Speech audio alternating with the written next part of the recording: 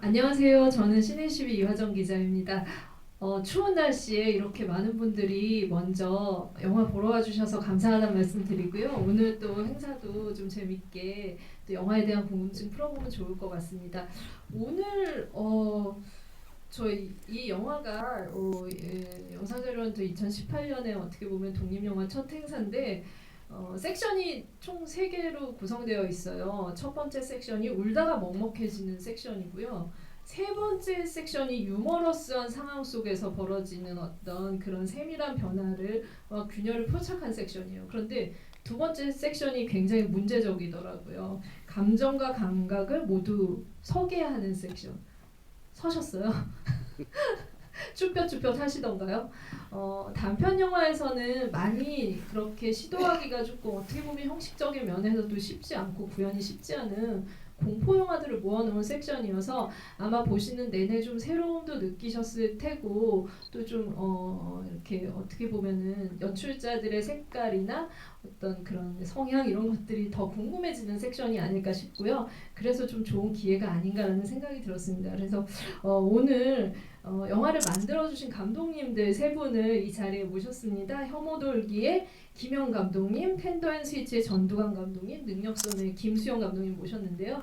먼저 오늘 이렇게 같이 상영하고 관객분들 만난 인사 한 말씀부터 들어보면서 시작하도록 하겠습니다. 안녕하세요. 혐오돌기라는 영화 연출한 김현이라고 합니다. 반갑습니다. 약간 그 한국 영상자료원이라는 그 이름에 약간 아우라가 있잖아요. 그래서 제가 오늘 새벽 6시까지 잠 못 자다가 괜히 긴장돼가지고 와, 그래서 네. 지금 약간 잠도 부족한 상태에서 지금 갑자기 여기 앉아있으니까 좀 배가 갑자기 너무 아파가지고 뭐라고 말해야 될지 아무튼 말이 잘 안 나올 수도 있는데 미리 양해 말씀을 부탁드리겠습니다. 배는 좀 그러면 진정되신 상태인가요? 지금 점점 더 세. 아 진짜요? 그럼 중간에 혹시 나가시면은 감독님 배 아파서 나가신 걸로 그럼 저희가 양해를 하도록 하겠습니다. 네. 네, 또 옆에 또 나와 계신 전두환 감독님. 네, 안녕하세요. 텐더앤 위치 연출한 전두환입니다. 김영 감독님이랑 마찬가지로 저도 영상자료원에 정말 그런 맨날 시사회 보러 오고 이렇게 제가 좋아했던 영화들을 이렇게 보러 왔었는데 이렇게 제작품을 틀게 돼서 되게 영광이고요. 추운 날 이렇게 영화 보러 와주셔서 너무 감사합니다. 감독님 배는 괜찮으시고, 네, 네. 저는 커피를 많이 먹어서 잠깐 화장실 다녔습니다. 아, 네. 몇 시에 주무셨어요 어제? 저는 무슨 일 있어도 좀 잘 자는 편이라서요. 아, 네, 다행이십니다. 네, 네. 옆에 그러면은 또 김세용 감독님, 네. 네, 안녕하세요. 네, 능력소녀 연출한 김수영입니다. 네, 추운 날씨에 이렇게 시간 내서 와주셔서 너무 감사하고요. 원래 이제 날씨가 더우면 더 이 공포나 스릴러 영화 보는 게 제 맛인데, 네. 추운데 이열치열이 아니죠. 이한치한으로 또 즐기셨으면 좋겠습니다. 예, 감사합니다. 네. 아 진짜 뭐 김세용 감독님 말씀하신 것처럼 공포 영화 하면은 여름에 더울 때 간담을 서늘하게 해준다라는 어떤 공식 같은 것들이 있었는데 최근에는 많이 깨졌죠. 그러니까 여름에는 오히려 블록버스터들이 극장을 장악하고 있어서 공포 영화를 보기 그 전통적인 공포 영화를 보기 힘든 시절이 됐고 이제는 그냥 시도 때도 없이 공포 영화를 볼 수 있는 그런 시기가 돼서 많은 공포 영화들이 더 많이 관객들을 찾아줬으면 하는 바람도 있습니다. 근데 일단은 진짜 단편 영화로 공포 영화를 만든다라는 건 스토리 전개는 뭐 감독의 상상 속에서 그리고 이제 그 집필을 하면서 어느 정도 상상력을 전개시킬 수 있다는 생각이 들지만 이걸 정말 영화로 만든다라고 했을 때 형식적으로 촬영으로 미장센으로 또 이렇게 여러 가지 그런 것들을 고려하면서 제한된 제작비 안에서 만든다라는 건 쉽지 않을 거라는 생각이 들어서 새 작품을 보면서 그런 생각을 많이 했어요. 아 이거 어떻게 이렇게 형식적으로 분명히 예산도 빠듯하고 제작 기간도 짧았고 힘들었을 때 했을까 하는 생각이 들어서 조금 다 훌륭하고 주목할 만하다라는 생각을 하면서 영화를 봤던 기억이 납니다. 일단 먼저 감독님들께 어떻게 이 이야기를 착상하게 됐는지부터 얘기를 좀 들어봐야 될 것 같아요. 세 작품 모두 좀 주변에 있을 법한 얘기이기도 하지만 그 주변에 있을 것 같은 캐릭터나 이야기들을 극한까지 몰아붙였다라는 생각이 들 정도로 기괴한 이야기들이 많았었는데요. 첫 번째 작품이 혐오돌기 김영 감독님 얘기부터 좀 들어보도록 하겠습니다. 이 뭐 돌기 하면 우리가 생각할 때는 뭐가 이렇게 솟아나는 이런 것들을 생각하게 되는데 혐오라는 것들이 최근에는 많잖아요. 뭐 여성 혐오, 소수자 혐오 너무 만연해 있는데 사회적으로 혐오라는 게 생겨난다라고 생각을 했어요. 그런데 지금 이 소녀는 본능적으로 혐오를 가지고 있는 거죠. 이미 내재해 있는 거라는 생각이 들었어요. 그래서 어떻게 이 소녀에 대한 이야기를 구상을 하시고 이야기를 전개하셨는지부터 얘기의 시작부터 좀 거슬러 올라가 볼까요? 그 일단 제가 이거 그 16년도 여름쯤에 그 시나리오 썼는데 아무튼 혐오에 대한 얘기를 좀 해보고 싶었어요. 그 일단 기본적으로 왜냐면 그때 막 되게 그 한국에서는 막 강남역 사건도 있었고 그리고 막 바깥에서는 막 뭐 트럼프 대통령인데 그때는 이제 막 그 후보로서 이렇게 막 주가를 올리고 있었고 또 영국에서 막 브렉시트 뭐 아무튼 이렇게 좀 제가 느끼기에 좀 이렇게 한국도 그렇고 전 세계적으로 뭔가 이렇게 혐오라는 걸로 이 전 세계적인 어떤 흐름이 좀 흘러가고 있다 이런 느낌이 들어서 좀 그런 얘기를 하고 싶었는데 그래서 혐오가 처음에 어떻게 발현되고 막 어떻게 일상생활 안에서 이렇게 그게 움직이고 있나 그런 감정들이 뭐 이런 생각을 하던 도중에 저도 그러니까 제가 혐오를 했더라고요. 네, 그래가지고 제가 중학교 때 진짜 싫어하던 애가 있었거든요. 네. 근데 그게 너무 미안한 거예요. 그래서 걔한테 가서 이제 좀 사과를 하고 싶었어요. 제가. 영화랑 거의 비슷한 상황이었네요. 네. 그래서 근데 이제 뭐 그러니까 제가 막 저는 막 뭐 이렇게 때리고 이런 게 아니라 저는 약간 말로 약간 놀리고 막 그 테마송 만들고 막 약간 이런 스타일이었는데 더 무섭습니다. 네. 네, 근데 막 저도 이제 중학교 때 중간에 전학 가고 이래가지고 막 걔 연락처도 모르고 이렇게 해가지고 제가 집이 울산인데 거기 중학교로 가서 이렇게 연락처 알아보고 하려고 했는데 그때 딱 집에서 나가기 직전에 그냥 문득 드는 생각이 왜 하필 지금 내가 미안해하지? 왜 그 작년에도 미안해할 수도 있었고 그때 당시에도 미안해할 수 있었고 몇 년 뒤에도 충분히 미안해할 시간이 많았었는데 그리고 제가 지금 생각해보니까 그 혐오라는 그거에 제가 약간 억눌려서 어떤 사회적 분위기 때문에 제가 미안함을 느끼고 있는 것 같은 거예요. 네. 근데 제가 그때 중학교 1학년 때 걔를 혐오했던 마음은 그 누구로부터 배운 감정이 아니었거든요. 그 누구한테 배운 게 아니고 저는 진짜 그 제 마음속에서 정말 순수하게 걔를 혐오했었어요. 그래서 감정의 순도를 따져봤을 때 제가 걔한테 미안하다고 느끼는 감정보다 제가 그때 중학교 1학년 때 제가 걔를 혐오했던 감정의 순도가 더 높은 거예요. 그래서 진짜 야 가식 부리지 말고 진짜 내 안에 혐오 있다는 거를 인정하고 그냥 그거를 이렇게 바깥에 내보이면서 그냥 그 감정으로만 끝까지 한번 가보자.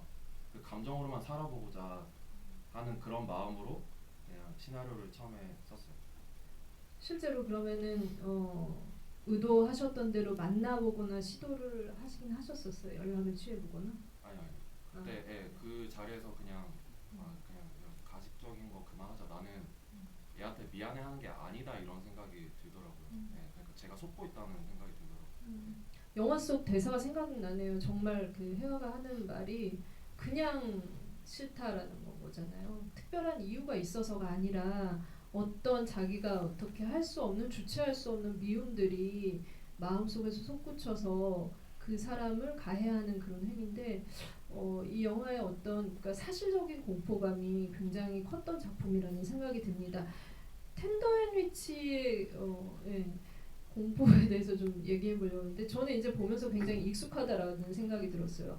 이거 주말 연속극이나 일일 연속극에서 많이 보던 어떻게 보면은 그 삼각관계 안에서 복수를 꿈꾸는 여성의 이야기로 치환을 해도 굉장히 쉽게 다가왔다는 생각이 들고 이 여성의 심리가 어떤 거일지 좀 짐작이 되기도 했었는데요. 감독님 같은 경우는 어떻게 또 이 이야기를 착상을 하게 되셨는지 말씀을 들어볼게요.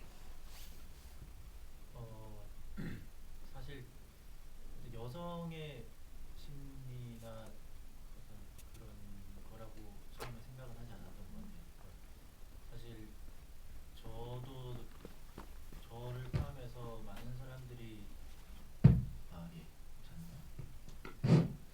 많은 사람들이 느끼는 그런 어떤 일련의 감정들이 좀 있을 것 같아서 그게 어떤 뚜렷한 거라 단어라 설명은 안 되겠지만 그냥 제가 처음에 저런 인물을 다루고 이야기를 하고 싶다라고 생각했을 때는 어느 순간 내가 혹은 이제 뭐 많은 분들도 느끼시겠지만 왜 이렇게 이 지경까지 왔지? 예, 그러니까 사실 어떤 잘못을 저지르고 누군가에게 상처를 주고 이러는 어떤 행위들을 하고 난 뒤에 문득 이제 왜 내가 이런 말을 했고 왜 이런 짓을 했을까라는 되게 뒤늦은 어떤 어떤 깨달음 후에 그러니까 너무 멀리 와버리고 이유를 알 수 없는 어떤 상태가 돼버린 거죠. 그러니까 저 인물이 저런 행동을 하고 저런 감정을 느끼게 되는 어떤 분명한 이유는 사실 저는 없다고 생각했거든요. 그러니까 되게 많은 외부의 어떤 자극과 그 당사자를 어떤 힘들게 하는 여러 요인들. 근데 이게 사실 그런 외부적인 일들이 있다고 해도 사실 사람이 어떤 잘못을 저지르게 되는 건 저 분명히 자기 안에 있는 어떤 분명한 이유가 있다고 저는 생각을 하는데 사실 그것도 뚜렷하게 말로 표현할 수가 없었어요. 그냥 되게 복합적이고 되게 알 수 없는 것들로 스스로 자가당착에 빠져버린 어떤 한 사람의 모습을 다루고 싶었고 이제 그게 약간 이제 뭐 제가 다룬 인물들이 이제 여성들이 많이 나오기는 했지만 좀 뭐 그런 인물들 안에서 좀 이야기를 해보고 싶었다. 네, 그런. 감독님도 혹시 구체적인 어떤 대상이 시나리오 이제 캐릭터를 착상하는데 영감을 주었던 인물이 있었나요? 한 두 명의 인물이 있었던 것 같아요. 그러니까 사실 한 명은 제가 이 단편 말고 다른 단편을 준비를 하고 있을 때 그 세월호 사건이 터졌어요. 그래서 그때 쓰고 있던 단편이 더 못 쓰겠더라고요. 왜냐면 그때 되게 모든 국민들 되게 집단적인 우울증에 빠져 있던 시기고 저도 제가 왜 이런 시나리오를 붙들고 있는지 모르고 있었던 때였는데 머리를 식히고 싶어서 이제 자전거를 밤에 타러 나갔는데 인라인 스케이트를 타는 어떤 여자분이 저 앞을 막고 있었거든요. 근데 이게 이분이 되게 좁은 길을 달리고 계셔서 제가 자전거로 추월을 할 수가 없어서 되게 우연찮게 계속 그분 뒤를 계속 따라갈 수밖에 없었는데 이분이 이제 가방 백팩을 메시고 음악을 들으시면서 제가 아무리 뒤에서 좀 비켜달라고 해도 안 비키시는 거예요. 그래서 그냥 계속 그 여자분을 따라갈 수밖에 없게 됐는데 그냥 문득 그냥 왜 이렇게 늦은 시간에 저렇게 가방을 메고 음악을 크게 저렇게 들으면서 달리고 있을까? 이게 이미지적으로는 첫 번째였고요. 이제 그런 고민을 하다가 이제 뭐 예전에 알바를 했던 가게에서 알게 된 친구가 얘기를 해줬던 한 분의 이야기였는데 이제 직장 내에서 뭐 어떤 물건을 훔치고 그거를 이제 다른 사람한테 이제 덮어 씌우는 한 여성분에 대한 얘기가 있었어요. 그래서 그냥 인물에 대한 아이디어는 사실 거기서 얻었던 것 같아요. 그런 어떤 두 번의 그 계기나 이미지적인 그런 이유가 있었던 것 같습니다. 네, 그 두 어떤 에피소드를 접목시켜서 또 이렇게 새로운 이야기가 나온 게 좀 흥미롭다는 생각이 드는데요. 또 능력소녀 김수영 감독님께도 마이크를 좀 드릴게요. 사실 그 전교 1등과 어떻게 보면은 반에서 가장 존재감이 없는, 그러니까 존재감이 가장 뛰어난 어떤 인물과 가장 존재감이 없는 극과 극의 두 존재를 같이 붙여서 그들이 어떤 교감을 통해서 결국에는 서로 자신의 아픔을 나누는 과정까지 가게 되는 이야기를 그리고 있잖아요. 이 얘기는 정말 그 공간부터 학교라는 그 공간을 차용을 했고 그래서 더더군다나 좀 와닿았던 얘기인 것 같아요. 늘 뭔가에 의해서 평가를 받고 능력을 제단받는 그런 아이들의 아픔이 있기 때문에 역시나 좀 약간 실제로 좀 접한 사건이나 소재들이 있었을 것 같다라는 생각도 들고 어떤 의미에서 이 이야기를 착상을 하게 되셨는지 얘기 들어보도록 하겠습니다.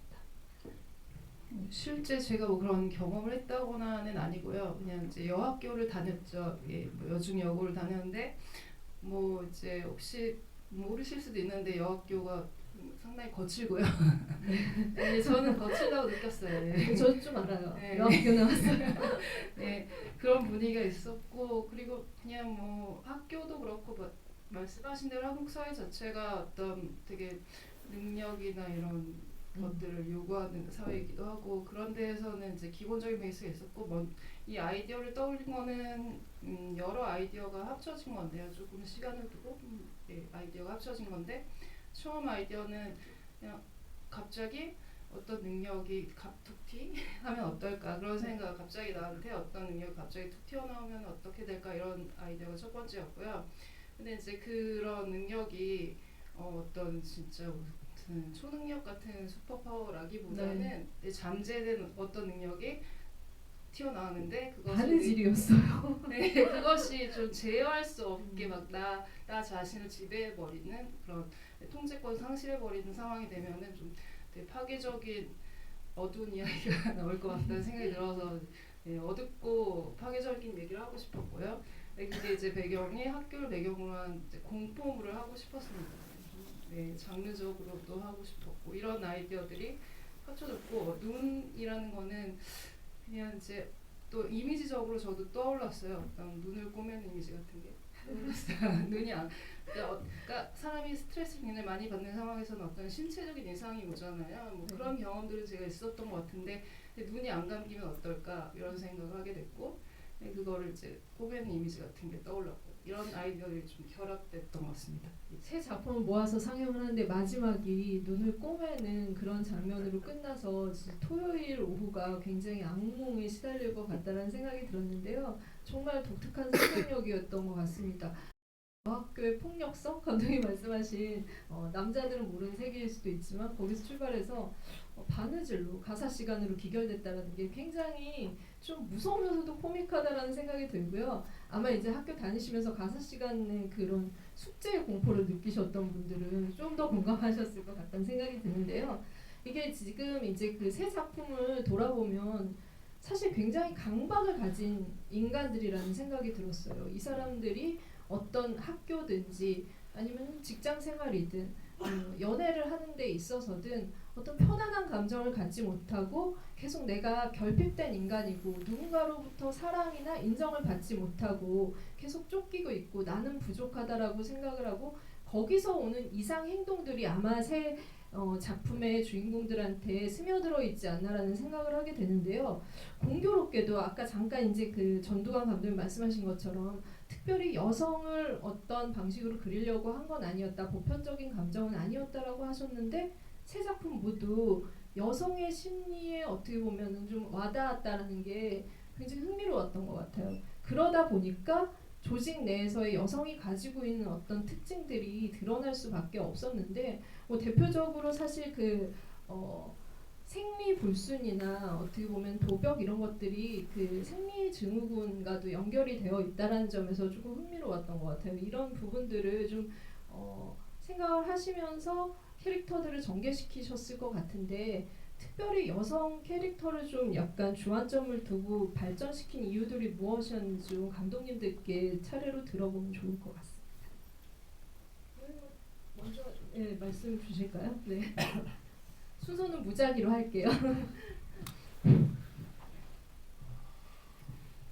사실 잘 모르죠. 남자들은 여성에 대해서 잘 모르고 물론 여성분들도 남자에 대해서 잘 모를 겁니다. 근데 그냥 제가 저 인물을 여성으로 설정해서 이제 전개를 했던 거는 사실 이제 어떤 도벽과 생리불순이라는 어떤 게 사실 이제 뭐라고 얘기해야 될까요? 생리불순, 도벽은 여자들이 생리불순, 뭐 여성의 어떤 어떤 이상 행동, 뭐 이런 도식은 사실 저는 좀 싫었어요. 네, 그래서 어, 기사도 그런 기사들이 되게 많이 나오고, 근데 이분들에 대한 기사를 찾아보면서 들었던 생각은 이게 뭐이 물건을 훔치고 모으고 하는 것들 사실 저도 했었거든요, 어릴 때. 네, 그러니까 여성들만의 행동 아니라고 생각을 했고, 그냥 내 것과 남의 것에 대한 구분이 없어지는 시기가 저도 있었던 것 같아요. 예. 그리고 근데 왜 이런 행동을 했을까라고 생각을 해보니까 뭔가 되게 허전하고 채워지지 않는 것들 때문에 그랬던 것 같거든요.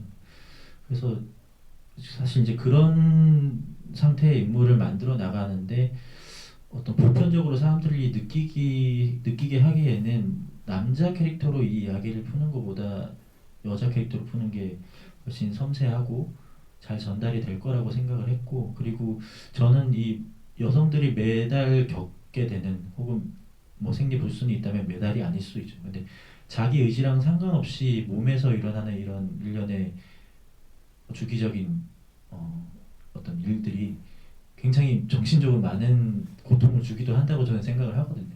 근데 이거는 사실 어떻게 보면 축복을 위한 기다림이기도 한데, 이러한 어떤 생리적인 현상 때문에 겪게 되는 어떤 반복적인 스트레스와 이유를 알 수 없는 어떤 뭐 생리 불순 혹은 몸의 어떤 이상들, 이런 것들이 사실 한 인물을 계속 스트레스를 받게 하고 좀 벼랑 끝에 계속 내몰게 되고, 그게 좀 더 나가다 보니 잘못된 방식으로 이걸 해소하게 되고, 뭐 그런 어떤 상태들을 좀 보여주고 싶었던 것 같아요. 그래서 뭐 이 촬영을 하고 이제 편집을 하는 단계에서 사실 강남역 사건이 터지면서 네. 그때 여혐에 관한 게 굉장히 많이 나왔거든요. 그래서 근데 저는 이미 이걸 다 찍었는데 이걸 시킬 때 그 사건이 터진 거예요. 그리고 여혐이라는 단어가 이제 사회적으로 처음 막 나오기 시작한 거죠. 그래서 저도 엄청 고민을 많이 했어요. 제가 이런 인물을 이런 방식으로 다루는 게 과연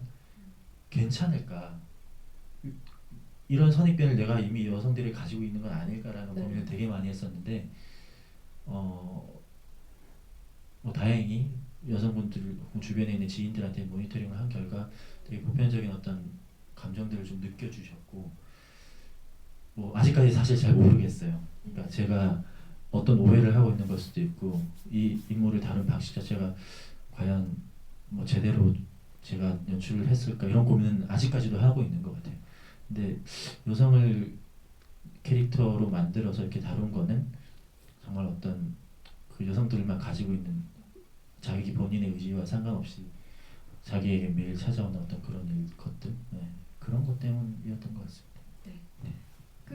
좀 김영 감독님 말씀도 좀 들어보고 싶은데 괜찮으세요? 갑자기 좀 괜찮아져가지고. 얼굴이 너무 창백해지셔가지고 제가 옆에서 좀 조마조마한, 자꾸 또 생리적인 얘기를 막 하시니까 더 좀 힘들어하시는 것 같기도 하고. 네, 드릴까요? 아니면은 먼저 감독님, 김수영 감독님 드리고 그다음 드릴까요? 뭘 주시는? 마이크를 말씀하실 준비가 되셨나 해서. 뭘 다른 걸 드릴 건 없어요, 제가 딱히. 아니 뭐 제가 네. 하자면 일단은 이렇게 특별하게 막 이렇게 여자여야 된다 뭐 이런 거는 없었고, 한 두 가지 정도 있었던 것 같은데, 하나는 네. 그 주인공 했던 임예은 배우가 제 학교 네. 그냥 동생인데, 근데 그냥 걔가 연기하는 걸 보고 얘랑 먼저 같이 제가 되게 하고 싶었어요. 그래서 그냥 시나리오 쓰기 전에 먼저 그냥 배우가 같이 하기로 하고 이렇게 한 거라서 자연스럽게 좀 캐릭터 개발이 네. 여성으로.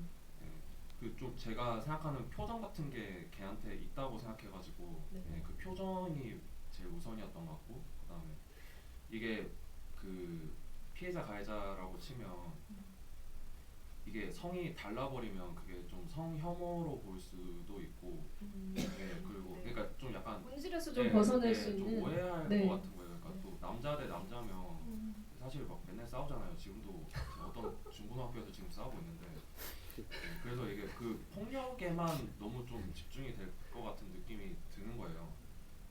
그래서 좀 이게 조금 여자 더 대 심리적인 부분을 제가 강조하기 이렇게 위해서. 말하려고 했던 거가 제일 좀 그 표현할 수 있는 네. 제일 효율적인 방법이 이거지 않을까 해서 음.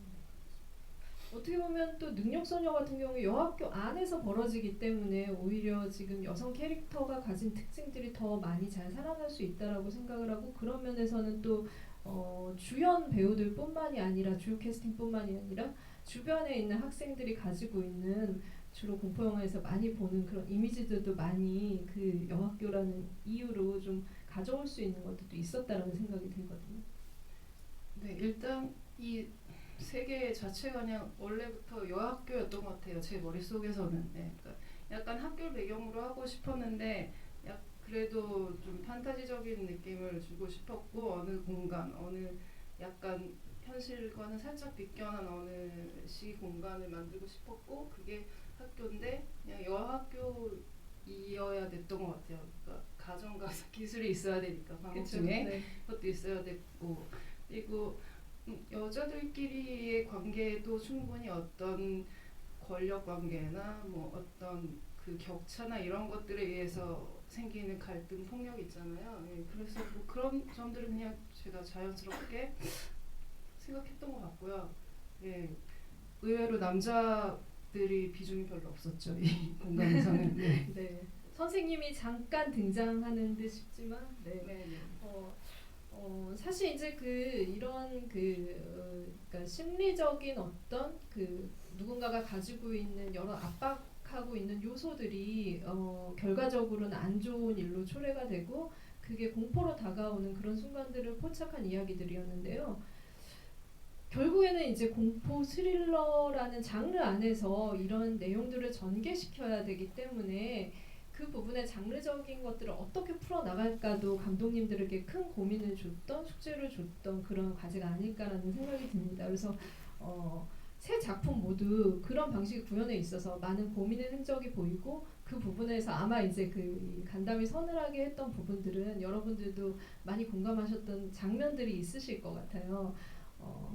혐오 돌기 같은 경우는 저는 이제 어떻게 보면은 이제 지금 요즘 매체와 굉장히 잘 맞는 그런 구현 방식을 택하지 않았을까라는 생각이 들었는데, 정교 학생회장이 되고 싶어하는 소녀가 이 폭력을 가하는 걸 생중계로 내보내잖아요. 방송실에서 생중계로 내보내고, 사실은 그 생중계가 되고 아이가 자살하는 순간에도 그 누구도 그걸 손을 쓸 수 없고 지켜보기만 하는 거에서 오는, 그때 그 지켜보는 학생들이 과연 그 학생들뿐만이 아니라 영화를 보는 저나 관객 여러분들도 마찬가지의 손 쓸 수 없는 상태가 되면서 이 비극이 더 무섭게 다가왔던 것 같습니다. 그래서 좀 그 부분에 대해서 감독님의 얘기를 조금 들어보면 좋을 것 같아요. 공포를 어떻게 구현하고 싶으셨고, 그 장면이 가지고 있는 중요도도 굉장히 큰 것 같은데 말씀 부탁드리겠습니다.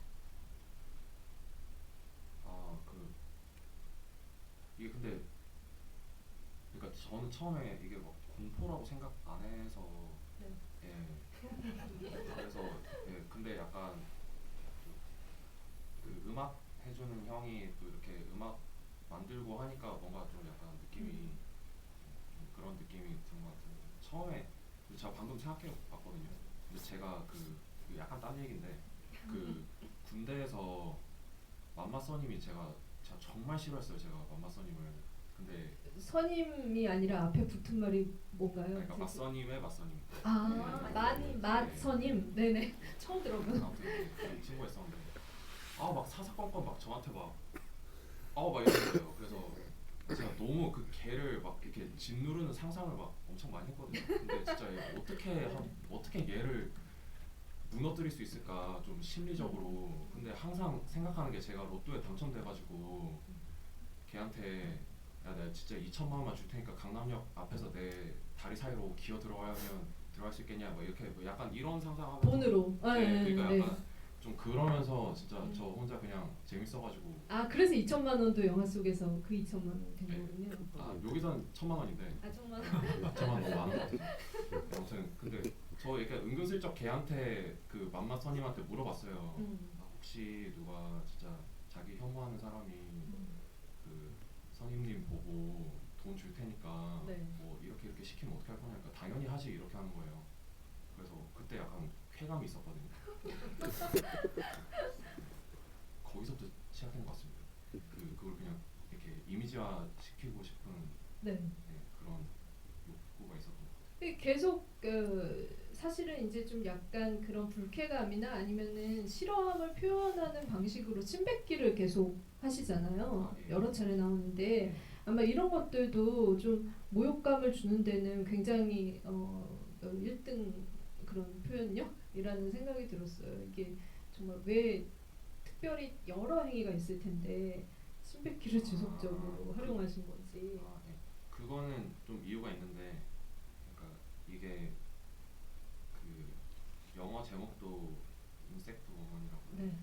그리고 제가 일진에서 좀 뭔가 이렇게 이미지로 말하려고 막 이렇게 조금 했는데 그게 처음에 이제 침에 갇혀 있는 벌레를 개미들. 네. 네, 처음에 이제 벌레를 이렇게 내려다보고 희은의 시점에서 그다음에 그 벌레 시점에서 희은을 올려다보고 그다음에 이제 학교 시점에서 희은을 내려다보고 네. 그다음 희은 시점에서 학교를 올려다보고 이렇게 네. 좀 그 삼각형 이거를 좀 만들려고 했어요. 그러니까 그게 뭔가 희은이 벌레를 바라본 것 같이 어떤 학교라는 좀 이렇게 더 큰 집단에서 희은을 바라보는 게 그러니까 벌레처럼 바라보게 될 것이다라는 어떤 처음에 약간 복선처럼 예, 그렇게 만들고 싶어서 이제 한 건데 그 뒤에도 이제 욕실 안에 이렇게 들어가 있는 희은이가 약간 그 침에 맞은 벌레랑도 이미지가 매칭이 좀 되고 약간 그런 식으로 하려고 했는데 그러니까 희은이 이꼴 벌레인 거예요. 그리고 벌레를 보고 박소연 이렇게 말하는 것도 이제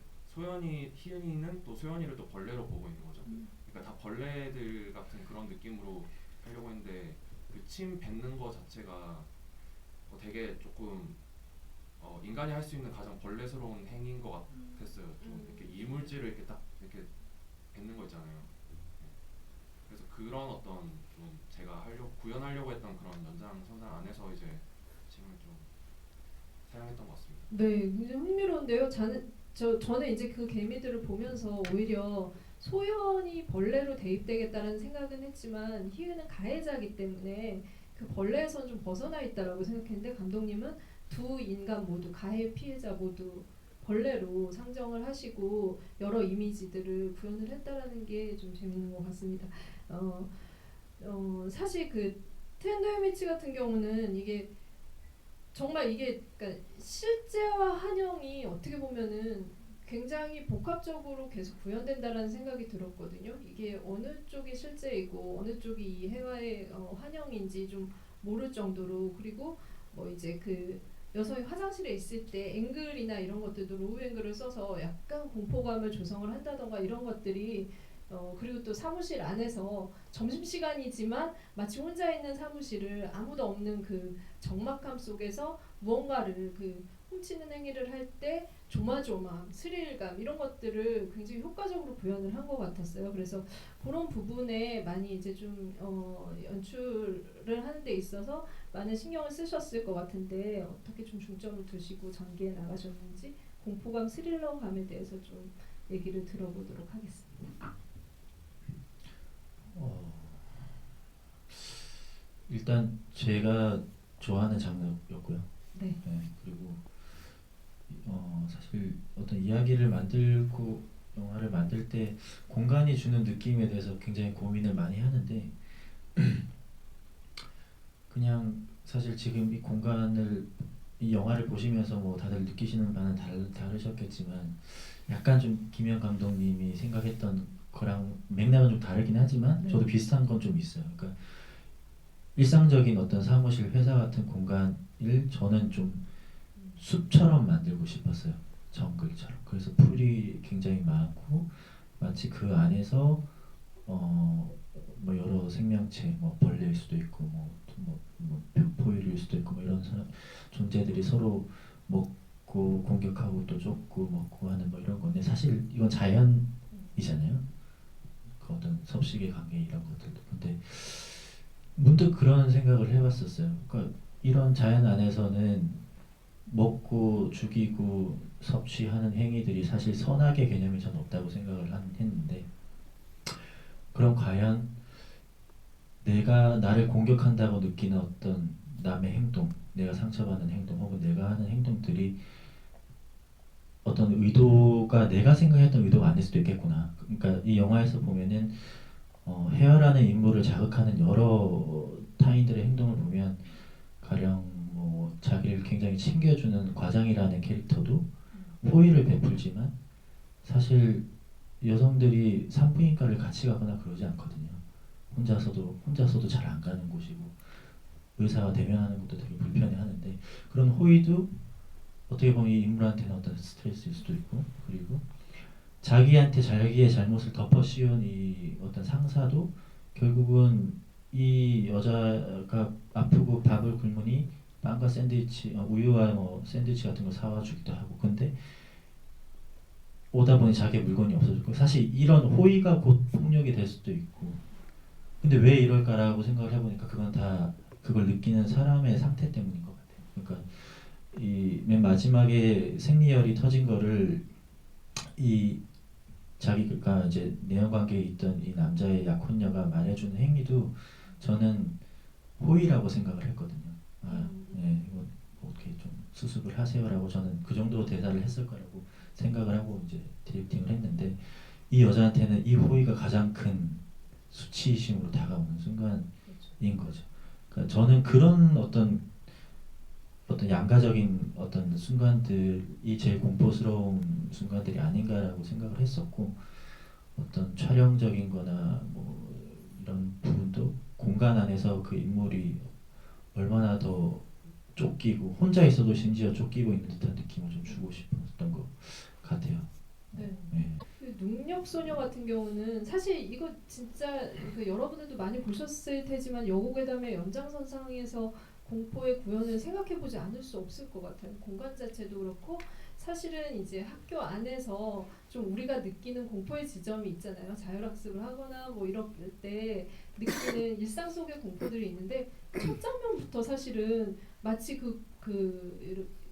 교실 밖에서 전면을 이제 그 창을 통해서 교실을 바라봤을 때 공부를 열심히 하고 있는 학생들이 굉장히 좀 기괴하고 무섭게 그려졌던 것 같습니다. 그래서 그런 클리셰적인 그런 장면들도 있었을 뿐만이 아니라 그 뭐 저는 이제 그 그러니까 연습장에 단어를 쓰면서 이렇게 계속 읊조리잖아요. 그게 추수를 외우는 것 같다라는 생각들도 들었고 너무 진짜 학교라는 공간 자체가 정말 우리한테는 그냥 전형적으로 공포를 불러일으키는 공간이구나. 그 시험 D- 며칠이 주는 공포가 이렇게 크구나. 그것들을 충분히 이 공포의 장르 안에 녹여냈다라는 생각이 드는데요. 어떻게 좀 구상을 하셨고 또 좀 인상적인 장면은 무엇이라고 보시는지.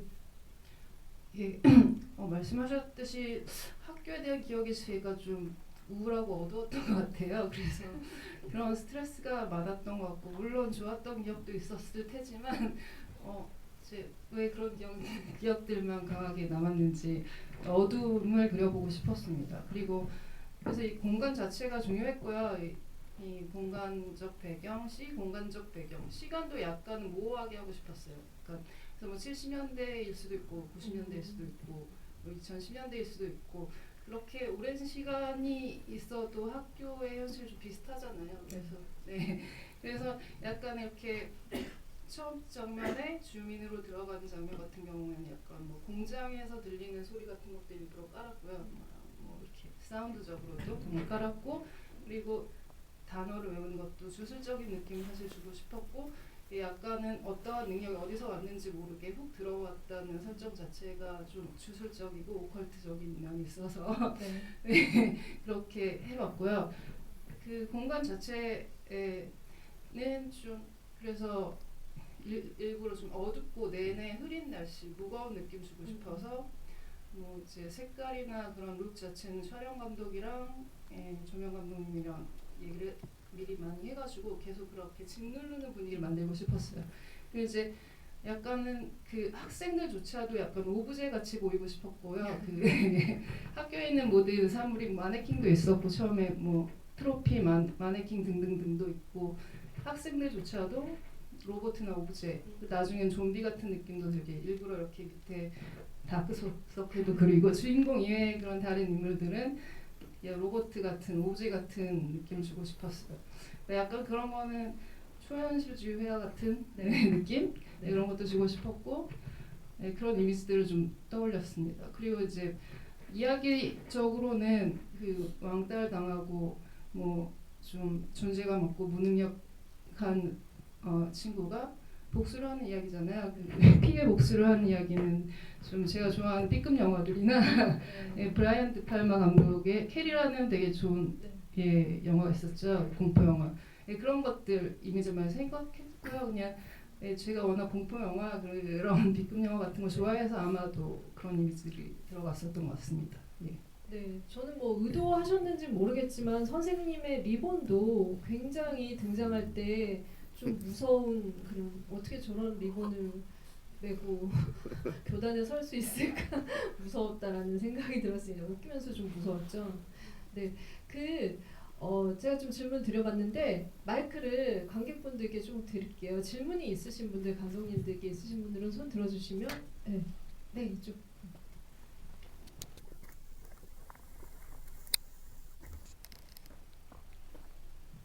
네, 감사합니다. 세 작품 모두 그 사운드 리스닝 작업 상당히 되게 고생들 많이 하셨을 것 같아요. 매우 뛰어나가지고 되게 놀랬고요. 그리고 김현 감독님은 이제 아까 이제 배우 캐스팅 부분을 얘기해 주셔가지고 전 다른 부분을 여쭤볼 거고요.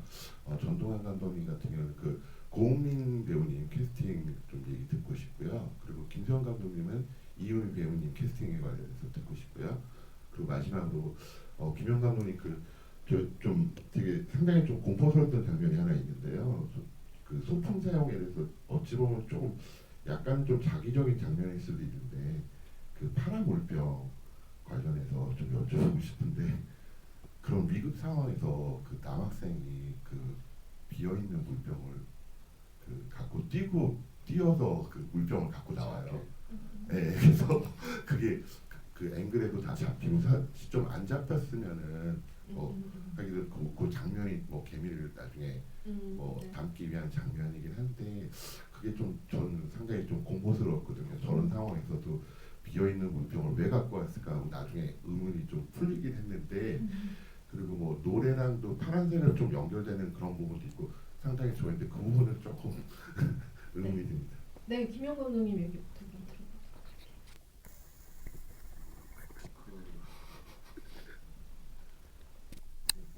약간 저는 좀 그런 부분을 생각을 잘 못했던 것 같아요. 그러니까 뭐 왜 하필 여기에 물병이 있지? 약간 이런 거 있잖아요.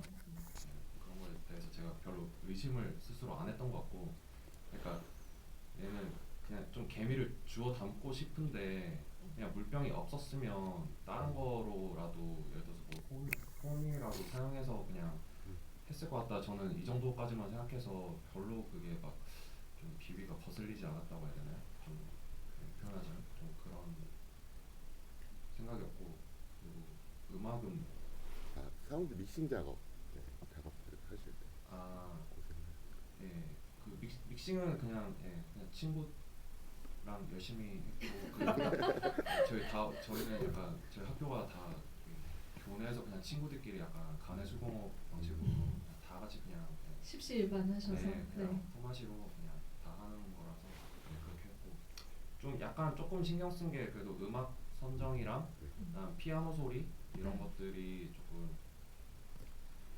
조금 신경 썼는데 그 피아노 소리도 그냥 이렇게 좀 이게 딱 누르면서 이렇게 그림을 그리니까 감정이 음으로 좀 치환되는 그런 느낌이 좀 좋았거든요. 그래서 이렇게 누르는 그 음을 또 따서 음악하는 형이 이렇게 때릴 때도 일부러 그 피아노 이 코드를 따서 그걸로 이렇게 작곡을 하시더라고요. 그래서 조금 그것도 약간 매치가 됐었고, 그리고 그 실제 그 음악은 에즈원의 투명에 가까운 블루 그게 그냥 노래 그 이제 가사도 좀 뭔가 이게 상반되면서도 또 이렇게 더 같이 있고 싶다라는 게 좀 매치가 되는 것 같고, 그다음에 거기서 제가 또 약간 그 인물마다 키 컬러 같은 거를 조금씩 상정을 했었는데, 그 처음에는 약간 희은이가 약간 보라색 계열의 그 도구들을 많이 사용하고 뭐 핀이라든지 뭐 핸드폰이라든지 다 이게 보라색이거든요. 근데 이제 처음에 소연이 그 다음에 이제 소연이 그 피해자 역할 친구는 약간 빨간색 계통들이 많이 있어요. 뭐 이어폰이라든지 그 뭐 화분 뭐 이런 거라든지 이렇게 빨간색으로 많이 했는데, 이제 소연이가 죽고 나서는 이제 그 가해자 희은이가 약간 파란색 계열로, 그러니까 보라색에서 빨간색을 좀 뺀 거 같은 느낌으로, 예, 그렇게 좀 약간 색깔 놀이라고 하는 그런 것들을 좀 하려고 했었거든요. 그러니까 원래 애초에 소연이라는 그 빨간색의 소연이가 그 자기 안에 있었던 것처럼, 그리고 죽으니까 그게 빠졌던 것처럼, 예, 좀 그렇게 표현하려고 했습니다. 그래서 그게 노래랑도, 예, 블루니까 좀 뭔가 매치가 되는 것 같고 해서, 그래서 그 노래 선정했습니다. 네. 뭐 캐스팅의 변이 되겠는데 감독님들께 좀 들어보도록 하겠습니다. 사실 이 영화를 준비하면서 제일 고생했던 부분이 캐스팅이었고요. 왜냐면은 이제 독립 영화 하시는 배우분들, 여성 배우분들한테 많이들 시나리오를 돌렸지만 많이 거절도 당하기도 했고, 뭐 다행히 수락을 해주셨지만 스케줄이 안 돼서 도중에 하차하신 분도 계시고, 그래서 촬영 들어가기 거의 한 1, 2주 전까지도 주연 배우가 캐스팅이 안 되고 나머지는 다 캐스팅이 됐었어요.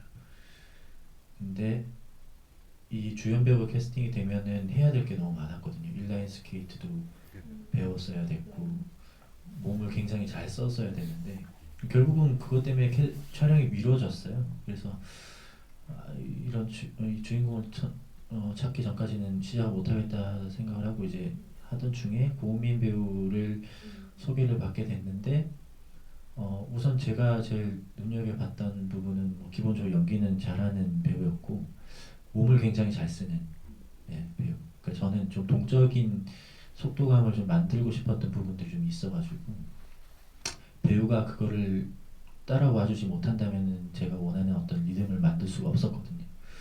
근데 고은민 배우가 출연했던 단편들을 보고 뭐 이랬던 결과 굉장히 몸을 자기 어떤 뜻대로 대사를 하면서 어떤 신체를 쓰는 어떤 능력이 굉장히 좋아서 그 부분이 굉장히 저는 좋게 봤던 것 같아요. 그래서 같이 인라인 훈련하면서 배우가 좀 다치기도 했는데 또 이분이 굉장히 악이 있어서 근성이 있어서 촬영 중에도 부상을 당했음에도 불구하고 진짜 제가 요구하는 것들에 대해서 굉장히 내색하지 않고 잘 따라주셨던 것 같아요. 그래서 너무 고맙게 생각하고 뭐 정말 국민 배우가 없었으면은 지금 저런 느낌의 영화는 나오지 않았을 것 같다는 생각.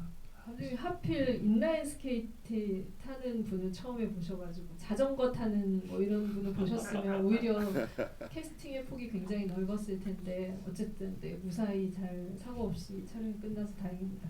김수영 감독님도 캐스팅에 대한 얘기를 네. 부탁드릴게요. 일단 중요한 건 연기력이 기본이 돼야 되는데 이제 영화의 분위기 자체가 그로테스크하잖아요. 좀 기괴한 느낌. 얼굴에서부터 이제 그게 필요하다고 생각해서 그런 배우들 많이 찾았어요. 그래서 다음 스마트 검색을 하면은 뭐 몇 년생 여배우 뭐 이렇게 치면 쫙 나와요. 그래서 일단 얼굴을 좀 훑어보다가 그 이유미라는 배우가 얼굴이 조금 독특한 느낌이 있어서 이제 그 소속사에 연락을 해서 만나서 미팅을 했는데 굉장히 자기 어필을 이 역은 자기 거다라고 너무 자기는 이런 영화 분위기 자체를 좋아하고 이 역은 딱 내 거다라고 강하게 어필하더라고요.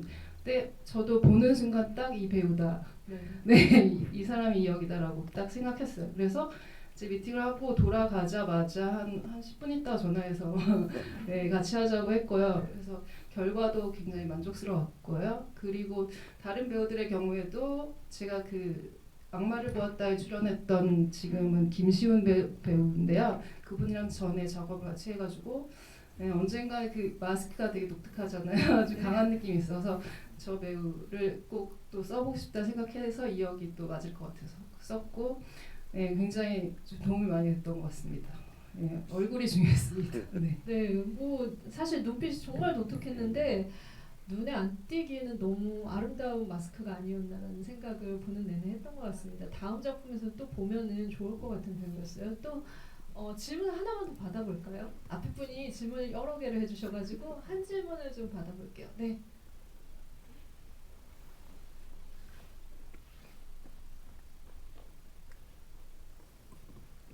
네, 일단 영화 정말 잘 봤고요. 그리고 김혜영 감독님께 좀 질문을 드리겠습니다. 조금은 본질적인 질문인 것 같은데, 그 혐오라는 감정은 정말 그 극한의 감정인 것 같습니다.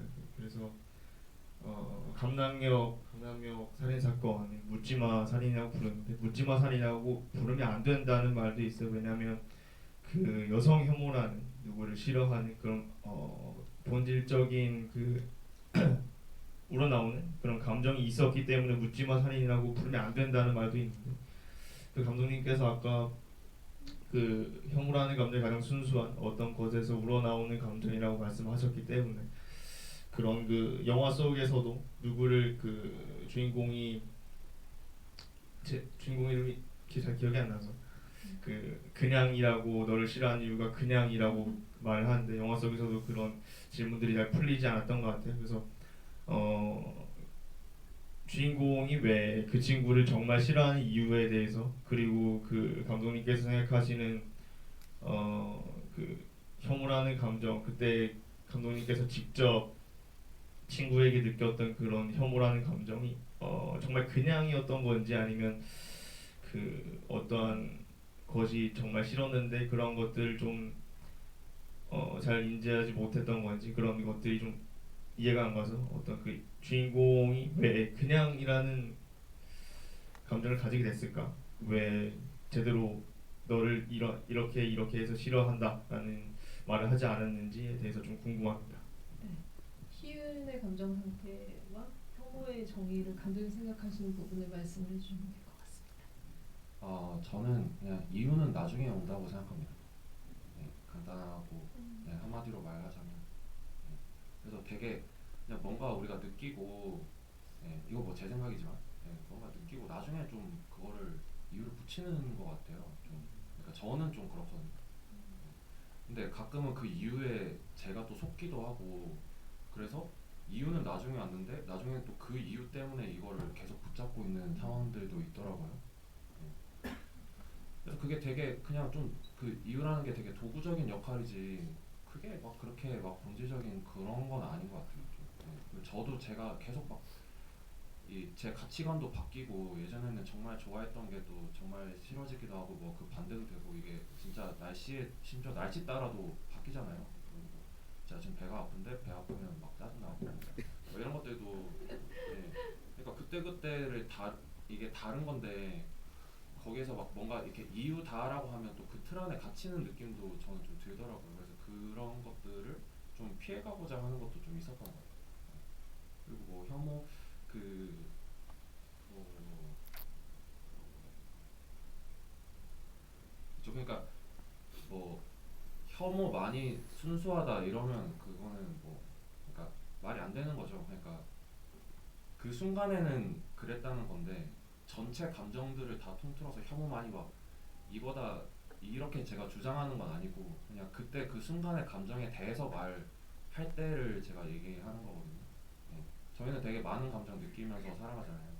네. 그때그때마다 또 진심인 것들이 있고 또 그냥 그 상황과 분위기에 따라서 그냥 속으면서 느끼는 감정들도 있고 네.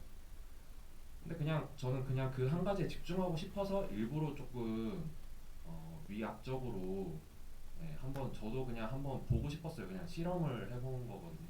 네. 그래서 막 기분이 좀 안 좋으셨을 수도 있어요. 근데 뭐 그런 부분에서는 뭐 저도 되게 죄송한 마음이고 네. 집에 돌아가서 좀 좋은 거 많이 정화시켰으면 좋겠다는 바람이 그렇습니다. 네.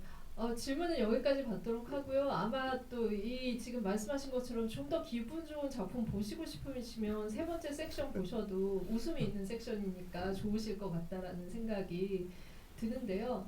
진짜 공포나 스릴러 장르는 아무래도 이제 상징성을 많이 가지고 있지만 하나하나 풀이해 보면 결국에는 이제 우리 사회에 맞닿고 있는 여러 가지 감정들, 사건들에서 출발을 하기 때문에 뭐 이렇게 재차 관람하면서도 이렇게 풀어 나가는 재미가 있는 장르인 것 같아요. 그래서 뭐 여름 블록버스터 시장에서 약간 자리를 비껴줬지만 지금 이 세 감독들이 단편이나 또 이후에 또 다른 장편이나 여러 작품을 통해서 더 많은 이런 그 장르적인 색깔을 나타내는 작품을 만들어주면 좋지 않을까. 이 작품들을 보면서 그런 생각 많이 했습니다. 그래서 오늘 이렇게 관객분들과 같이 한 소감과 또 마찬가지로 이제 좀 어떤 작품을 또 다음에는 준비를 하고 우리를 또 영상자료원에서 만날 준비를 하고 계신가 그 부분 좀 들어보면서 맞춰보면 좋을 것 같습니다. 먼저 김정 감독님 먼저 들어볼까요? 네. 시나리오 작업하고 있고요.